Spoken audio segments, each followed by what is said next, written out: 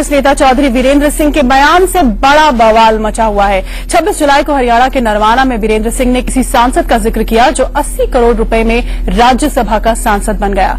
इस बयान पर सियासी तूफान खड़ा होने के बाद वीरेंद्र सिंह की बोलती बंद हो गई। वे अपने ही बयान से पलट गए। आप खुद चौधरी साहब के बयान को सुनकर फैसला कर सकते हैं कि क्या इस बयान को तोड़ने या मरोड़ने की कहीं कोई गुंजाइश थी। चौधरी वीरेंद्र सिंह का बड़ा धमाका सुनिए। एक आदमी नहीं 20 आदमियों के नाम पता राज्यसभा वो मेरे को एक कहने लगे कि मैं राज्यसभा का एंट्री करने के लिए मेरा बजट था वो 100 करोड़ और जब टोटल मैंने किया तो 80 करोड़ में मेरा काम चल गया। 20 करोड़ रुपए मैंने बचा। अब आप अंदाजा लगाएं जो आदमी 100 करोड़ रुपया इन्वेस्ट करके राज्यसभा की सदस्यता लेने में कामयाब हो जाते हैं वो इस गरीब मुल्क के लिए क्या कुछ कभी सोचेंगे। वीरेंद्र सिंह का बयान पूरी तरह दुरुस्त है।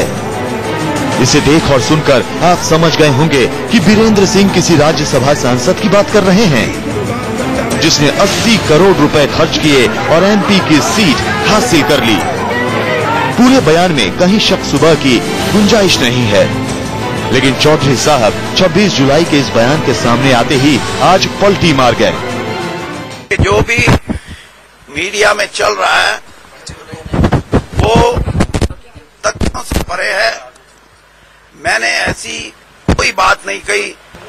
80 करोड़ या 100 करोड़ में एमपी की पोस्ट खरीदी जाती है। That was not my version. अब ये फैसला हम दर्शकों पर छोड़ते हैं कि बयान मीडिया ने तोड़ा मरोड़ा या ये काम खुद चौधरी वीरेंद्र सिंह अब अपने ताजा बयान से कर रहे हैं। अगर 26 जुलाई का बयान सामने नहीं आता तो सनसनीखेज बयान देकर वीरेंद्र सिंह चुपचाप निकल गए होते, मगर अब उन पर सियासी हमले तेज हो गए हैं। अभी तक वो चुप क्यों बैठे हुए थे और जो बात वो कह रहे हैं उसका खुलासा उन्हें करना चाहिए। मैं स्वयं आपसे पहली बार ये सुन रही हूँ। क्या वीरेंद्र सिंह के पास इसका जवाब है और क्या वीरेंद्र सिंह इस सच्चाई से मुंह मोड़ सकते हैं जिसका खुलासा तारिक अनवर कर रहे हैं। जो नन पार्टी जिनको पार्टी का समर्थन नहीं होता है और वो सांसद बनने की इच्छा रखते हैं तो वो कोशिश करते हैं कि जो छोटी छोटी पार्टियां हैं उनके साथ कुछ समझौता हो जाए, कोई सौदेबाजी हो जाए।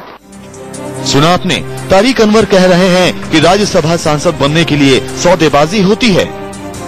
ये बात साल 2012 में सामने आई थी जब झारखंड में राज्यसभा की 2 सीटों से चुनावों से ठीक पहले निर्दलीय उम्मीदवार आर.के. अग्रवाल के दामाद की ओर से भेजे गए 2.5 करोड़ रुपए जब्त किए गए थे।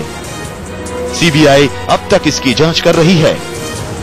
अब सवाल उठता है कि क्या देश में कोई भी पैसे के दम पर सांसद बन सकता है? अगर उसने 80 या 100 करोड़ खर्च किए तो वो आम लोगों की समस्या उठाएगा या अपनी भरपाई करेगा? जो सवाल वीरेंद्र सिंह ने उठाया था उस पर तारिक अनवर मुहर लगा रहे हैं। अपने आप को एस्टेब्लिश करके और जो डील होती है डील उनका हिस्सा बन जाता है। तो पैसा खर्च करते हैं उनका उद्देश्य कुछ और होगा, कोई जन सेवा के उद्देश्य से तो वो आए नहीं होंगे। पैसा खर्च करके आए हैं तो उनको लगता है कि एक स्टेटस सिंबल है और अगर ये मिल जाएगा हमको तो उसका हम अपने व्यापार में, अपने धंधे में उसका उपयोग करेंगे। आंकड़े बताते हैं कि संसद में करोड़पतियों की तादाद लगातार बढ़ रही है। राज्यसभा में 54% सांसद करोड़पति हैं। ये तस्वीर बदल सकती थी अगर चौधरी वीरेंद्र सिंह जैसे नेता सच बोलकर पलटने की बजाय ऐसे लोगों को बेनकाब करते और चुनाव आयोग से कहते कि ऐसे लोगों के खिलाफ कार्रवाई हो। लेकिन जिस देश में गरीब के लिए की सीमा हो और सांसद बनने के लिए 80 करोड़ रुपए खर्च किए जाते हो, वहां इसकी उम्मीद करना बेमानी लगती है। कैमरामैन सुरेंद्र रावत के साथ राकेश कुमार सिंह, इंडिया न्यूज दिल्ली।